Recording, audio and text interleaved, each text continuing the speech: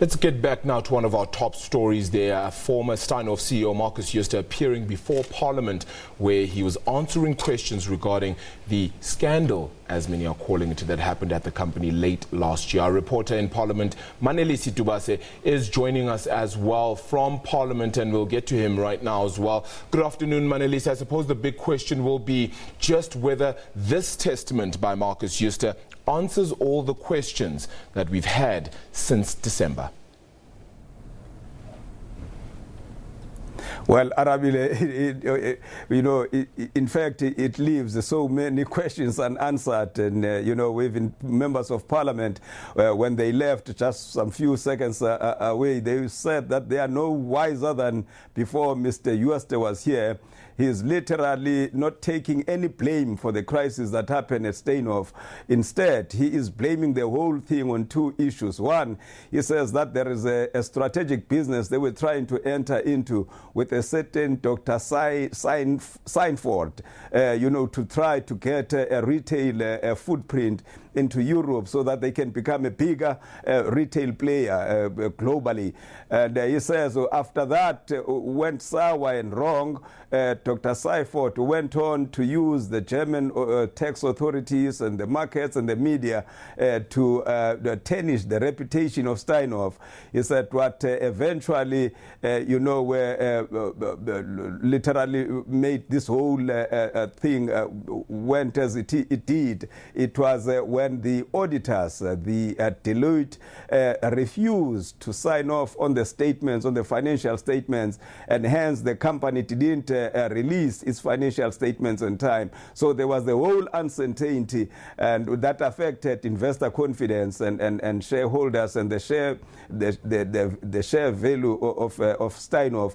He says that's what caused ultimately the crisis. But he says he himself was not there at the time when this whole alleged, if I may put it like that, accounting irregularities and this possible fraud was reported. So nobody is wiser. The board says Jooste says it is uncertainty. The former financial chief financial officer, he says it's Jooste. So it's a blame game all over.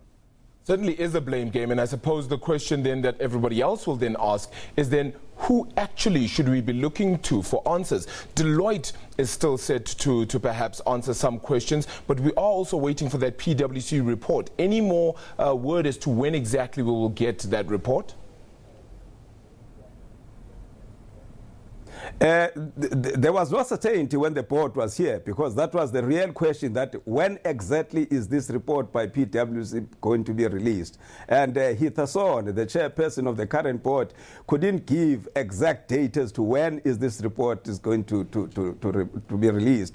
But what Eunice said at the end of today's briefing was that now they will have to depend on what the regulators and the hawks and other law enforcement authorities will do, and what they will entangle out of this whole web, and as for the Parliament, obviously, he was literally agreeing that, they have done whatever they could do, and they can't find answers either from the board and from these executives, including Mr. Jooste today. We're about 10 months away from when this incident actually happened itself. We're asking the questions only now. Does it look like, from what you're getting in Parliament, that there will be some sort of, whether it be repatriation or somebody to pay for what has actually happened at Steinhoff? Right now, Arabile, it's not clear, really, because, nobody wants to take accountability. You'll remember that even the former chairperson of Steinhoff, who washed his hands of this thing, is already one of the people who is suing the same company. While as a chairperson, you would assume that he presided over the company as an oversight structure to the whole management of Steinhoff. But, it's getting complicated every time the board members and the executives of Steinhoff come to appear here in Parliament. Hence, I think that's why Mr. Yunus Karim says that maybe, possibly, the law enforcement agencies, the hawks, the police, might be better able to get to the bottom of this whole saga.